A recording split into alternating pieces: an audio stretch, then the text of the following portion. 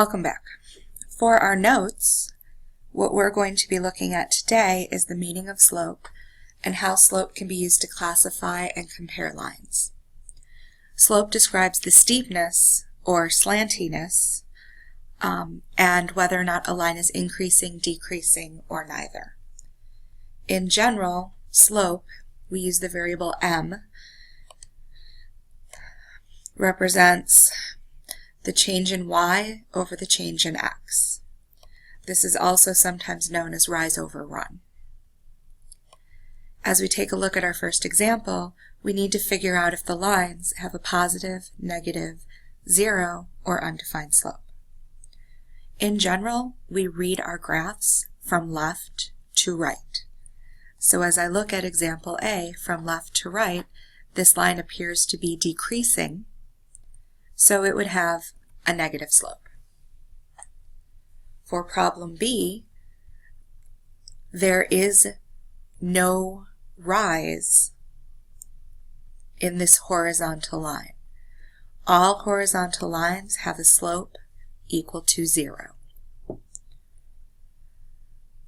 For example C, there's no run. The line simply rises. All vertical lines have a slope that is undefined. For problem D, as we read from left to right, the graph is increasing. So we would describe this as a positive slope.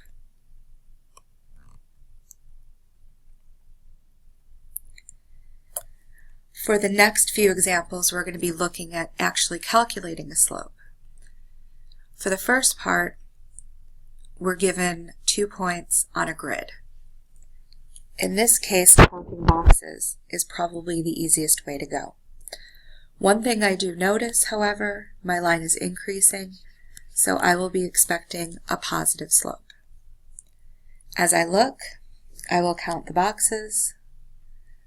I am increasing in my rise 6 units. I am increasing in my run of 3 units.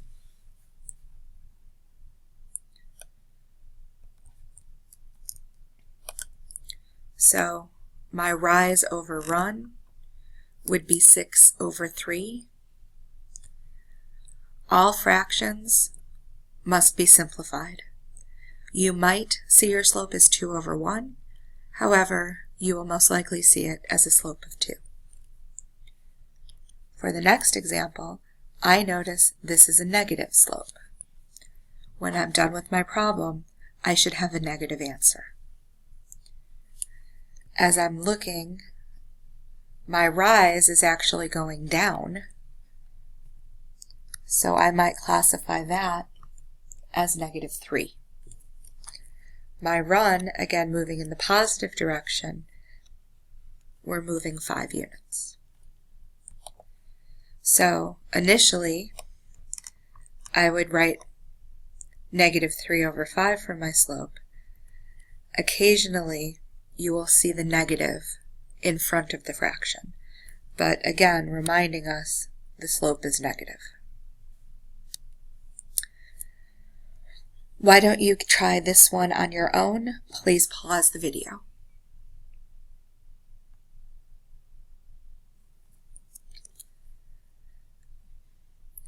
Again, I'm noticing we're having a negative slope. My rise is actually moving down by 4 units. We're moving across by 12 units. So initially I would write my slope negative 4 over 12, and then we will simplify. M equals negative 1/3.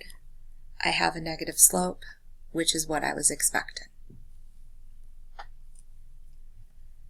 The next type of problem, we're going to look at tables. And we need to remember one of the definitions is the change in y over the change in x. So as I look, I'm going to start with my y. To get from a 3 to a 5, we're going to add 2. Just going to quickly double check, make sure that pattern follows. For my x's, to get from a 5 to a 4, we're subtracting 1. And I notice that that pattern is true the whole time. When I write my final answer for slope, remember your change in y is your numerator, your change in x is the denominator. When you simplify your fraction, the slope is -2. For the second example, we are actually increasing by 3 each time. For our x value, we're increasing by 2 each time. So my slope is just 3/2. Why don't you try the next example on your own?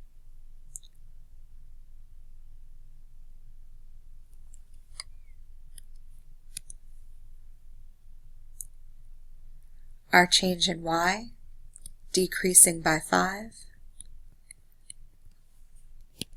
Our change in x, decreasing by 4.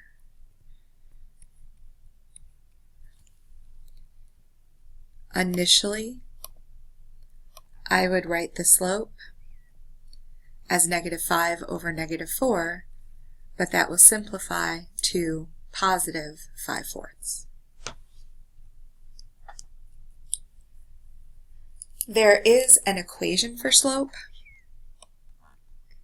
If you're given 2 points, x1 and y1, you take the difference of the y's and difference of the x's. Just please make sure you're being consistent.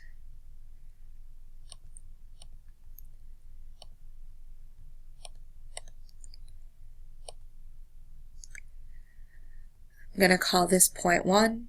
I'm calling that point 2.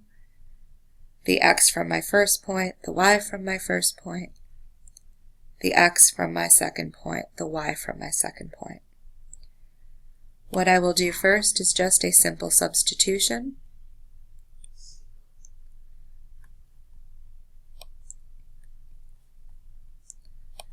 Simplify completely. Your slope is -1/2. For the next equation, I'll do a simple substitution. y2 minus y1 over x2 minus x1. Be careful subtracting a negative. Calculators come in handy. Our slope would be -10 over 10, which simplifies to -1. Why don't you try the next one on your own?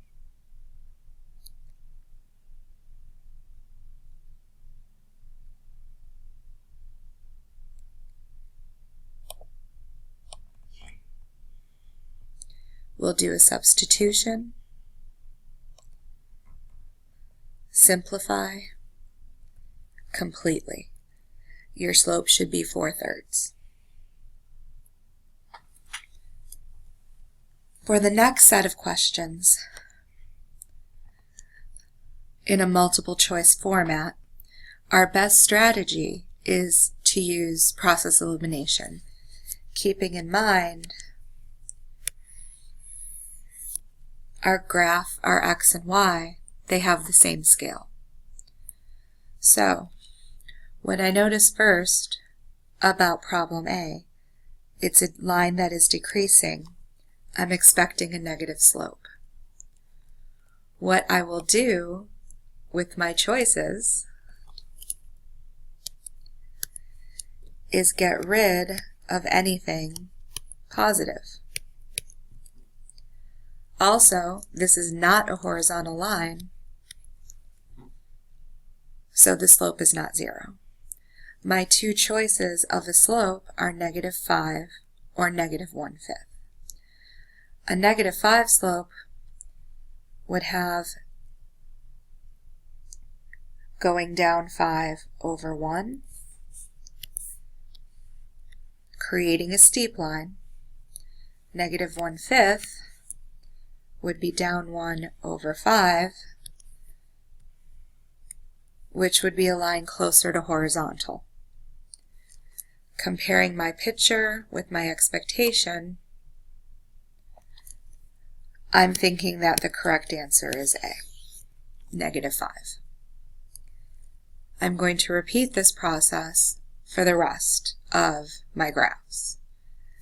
I notice this graph is a positive slope, so I will eliminate any negative answer.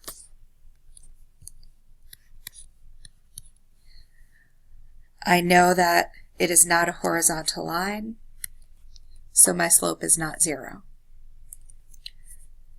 A slope of 5 would be up 5 over 1. A slope of 1/5, up 1 over 5. A slope of 1 would be up 1 over 1. As I'm looking at my graph, I see that it is quite steep. The steeper the graph, the higher the number. My correct answer would be B. And I will follow this same process of elimination and then comparison. For problem C, it's a positive slope, not so steep. If it's a positive slope, I will eliminate negative answers, and it is not horizontal. As I'm looking actually back at my choices from problem B, this graph closer resembles the 1/5.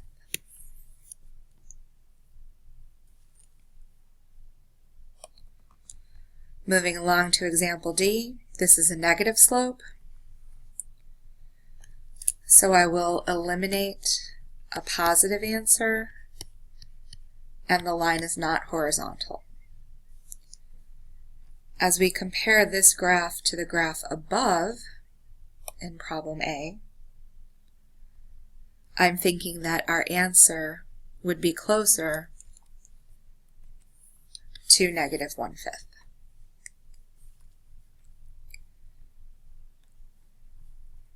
For our next example, it is a horizontal line. Horizontal lines have a slope equal to 0. For our last example, I think that the ratio of rise to run is the same, pretty average rate of change. I'm going to guess or estimate that it has a slope of 1. So again, thank you for your patience. Please make sure you rewind, pause, stop the video to make sure that you're getting all of the notes copied down onto your paper. After you've made sure your notes are complete, feel free to ask the substitute for the assignment that's due tomorrow. Again, thank you.